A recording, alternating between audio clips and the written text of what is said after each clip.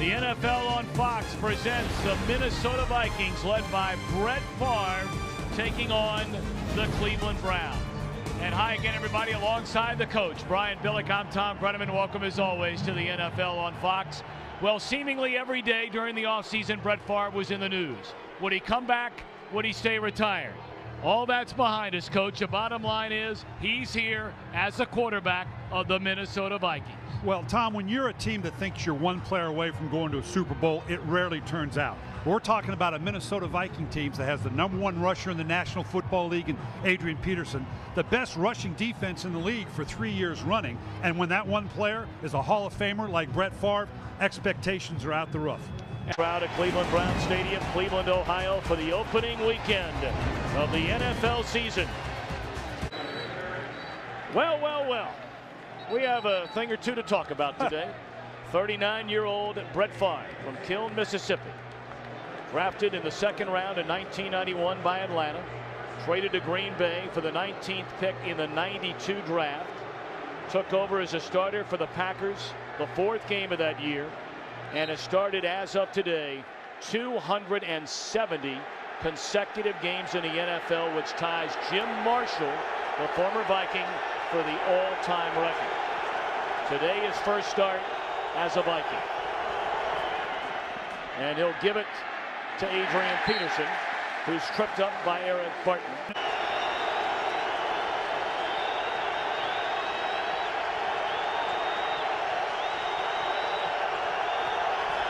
Brett Favre's first throw as a Minnesota Viking. Lays it off to Chester Taylor. And what an impressive start for the Cleveland defense. Well, this is one of those stupid. Heath Farwell back healthy again. So Favre and the Vikings 3 and out. 3-0 Cleveland.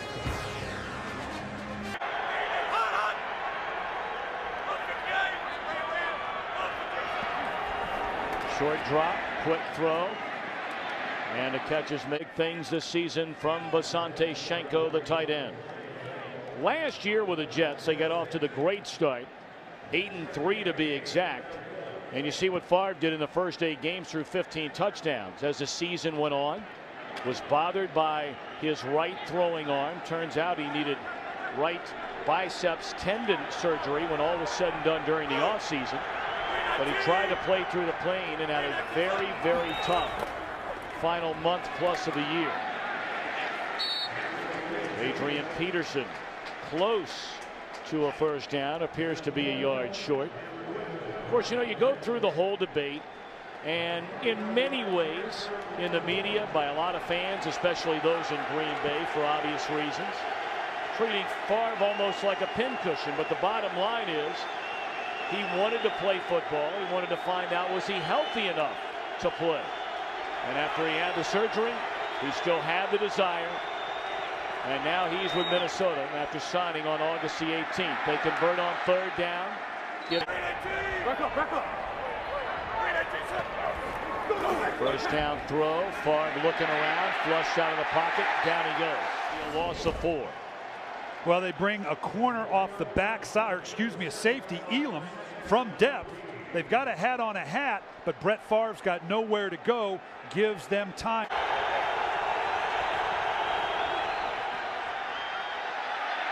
Misread all the way between quarterback and wide receiver Sidney Rice. The outside. Brett Favre was expecting him to be to the back of the end zone quicker. He's selling the out. That's by design, but the timing just not what it needed to be. Take it to Harvin. And this is Adrian Peterson inside the 5. Favre has not really cut one loose down the field. There's a quick slam. Favre here now just 1 month into this offense. Are they going to let Brett Favre be Brett Favre, or do you go with the conservative route and let's get out of here with a 10-6 lead?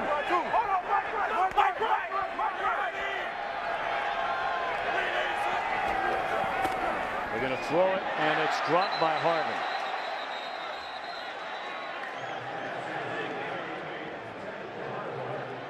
Well, that's a nice, safe throw to get the ball in the hands of a playmaker like Percy Harvin.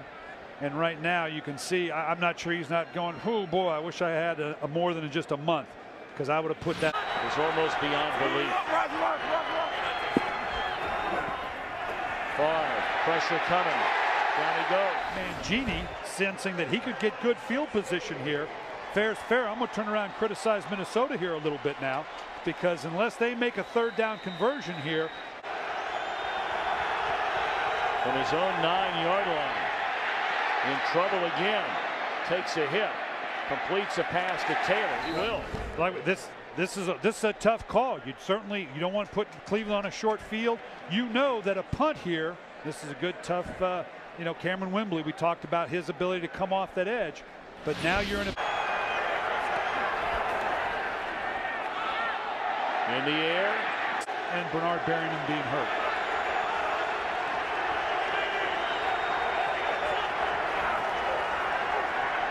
Second and 10. Favre fires to Rice, who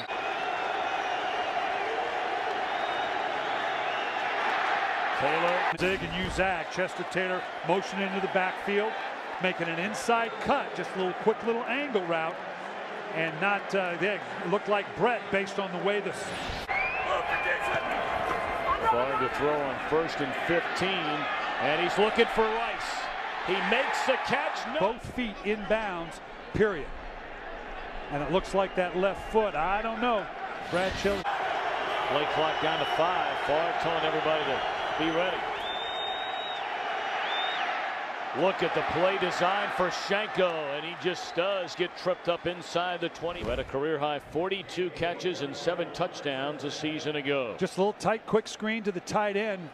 They see a screen. Defenses start to see a screen evolve. They tend to go real wide because most screens are wide. Tight end slipping back inside. Big conversion for Minnesota, putting them on the 20. Right here.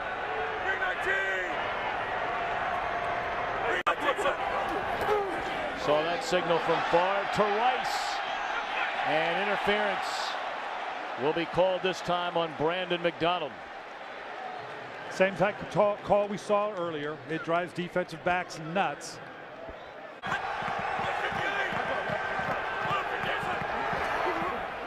Favre to throw it. The tight end Shenko.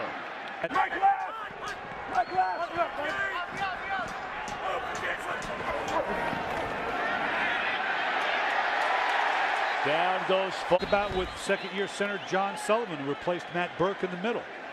Last year, Sean Rogers led the Browns with sacks. I don't know if that's a good thing or bad thing. It shows that's great pressure. The quarterback. Loss of 8, second down and 18, and Favre fires to a wide-open Percy Harvin, and he has a first down all the way out to the 42-yard line. There was some loan for Peterson after he had 1 rushing yard in the entire second quarter. Favre with protection and throws a bullet down to the 5-yard line. It's caught by Harvin. 4-receiver set. Favre caught. Harvin extends. Touchdown. The first touchdown in the career of Percy Harvin, and he will never forget it because it's thrown by the Hall of Famer, the future Hall of Famer, Brett Favre, who's the first one to get down there and give him a big hug. Yeah, look at this. Percy Harvin was born in 1988. He was 3 years old when Brett Favre was drafted by the Atlanta Falcons in 1991.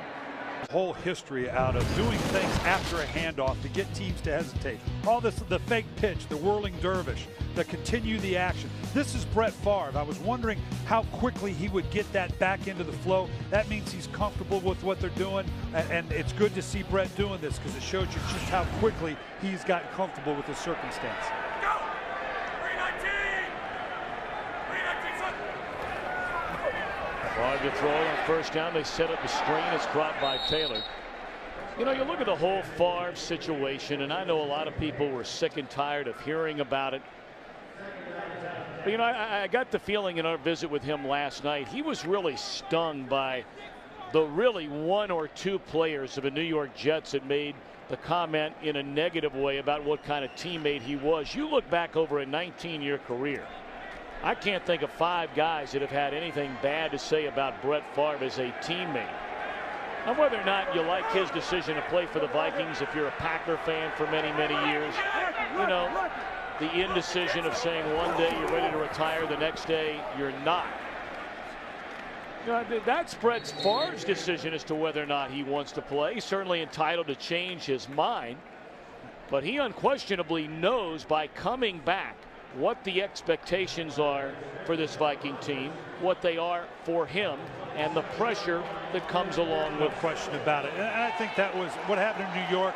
Some of the players speak out, maybe deflecting the responsibility. That was a team-wide failure in the second half. You get everybody that's ever played with Brett Favre in a room at one time, I bet you can't find 5 people that said, hey, I didn't love this guy as a teammate. He's a hard guy not to like. Absolutely. Lots of time and dropped by to run and be able to run the ball, and they were neither last year.